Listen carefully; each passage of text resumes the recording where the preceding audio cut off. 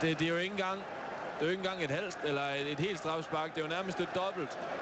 Står altså inde på kanten af det lille felt. Og forstår godt, at dem her, de ryster på hovedet. Edin Dzeko. Ikke til meget gavn.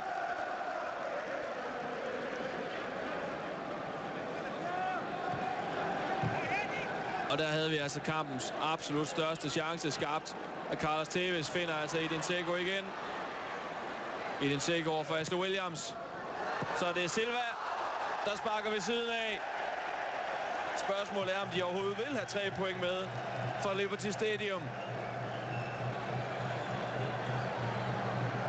Ja, jeg forstår godt, han griner.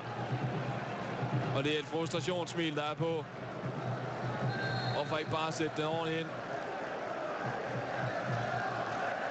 Og der er altså en meter ind til stolpen derfra.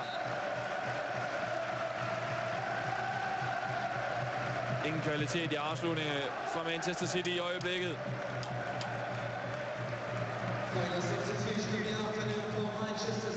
Og så har vi altså også sidste udskiftning fra Manchester City. Bliver David Silva, vi ikke har set specielt meget til. 2 kæmpe chancer, de har altså haft. Den sidste til David Silva, som må takke af for i dag her med 5 minutter tilbage.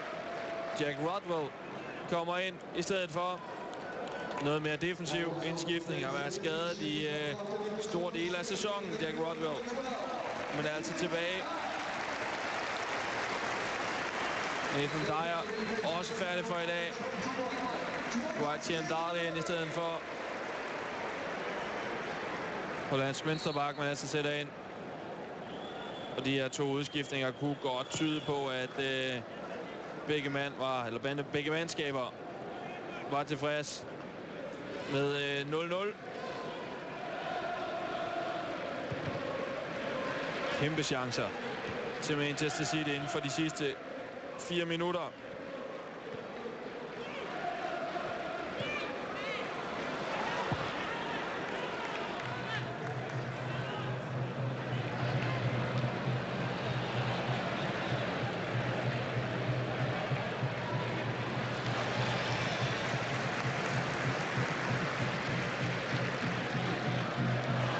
Mister den her, Tico Flores. Rodwell. Godt komme igen. Liam Britton. Frispark begået af Jack Rodwell, som altså kom til før denne sæson for Everton. Liam Britton har været en god mand for Michael Laudrup. Mitchell Worm ikke haft det store at se til.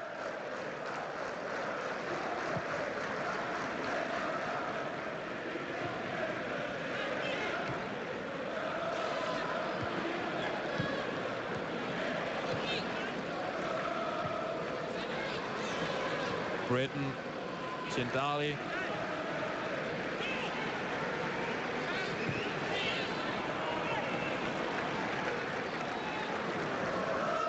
Tre minutter tilbage, og den her spilletid.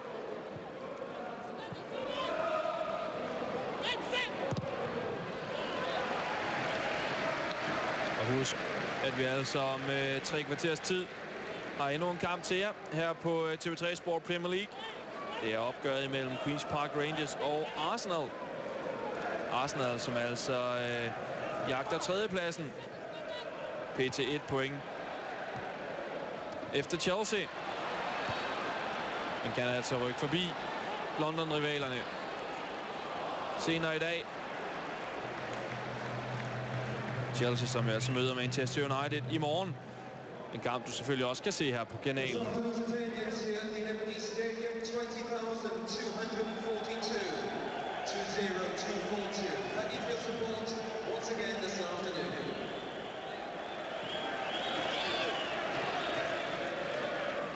Lige lidt over 20.000 tilskuere på Liberty Stadium den her lørdag eftermiddag. Ganske flot. 7.420 for at være helt præcis. synes jeg, det var, der blev sagt. Og altså...